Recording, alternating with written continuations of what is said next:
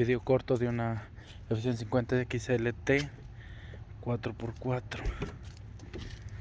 Cuando tengan un ruido que aceleran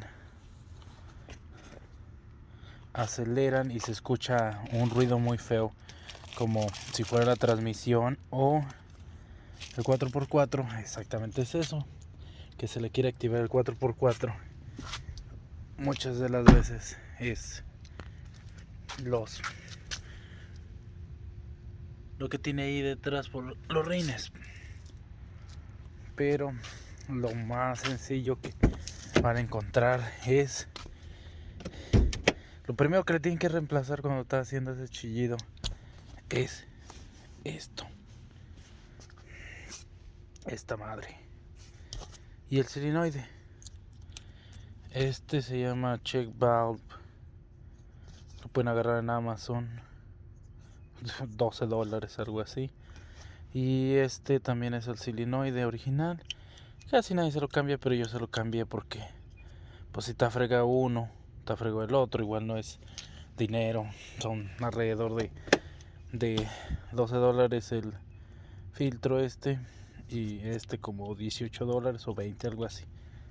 Pues nada de diferencias. Y ahora les voy a mostrar dónde van.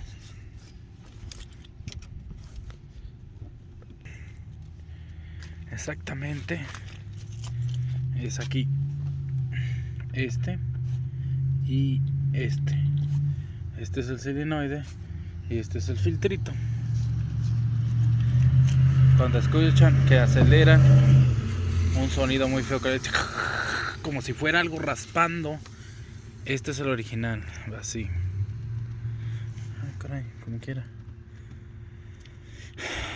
Y este es el de aquí.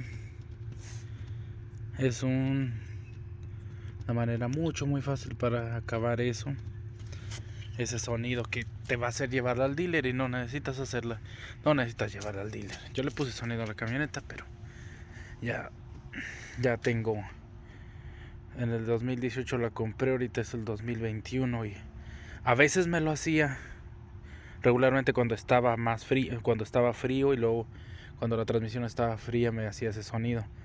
Pero en días pasados que estuvo nevando le activé el 4x4 y anduve en la nieve y ya se quedó pegado eso. Cuando le aceleraba, no importa si iba a 60, 70 millas o a 20 millas, me hacía ese sonido bien feo, como si algo rozara, como si una lámina rozara.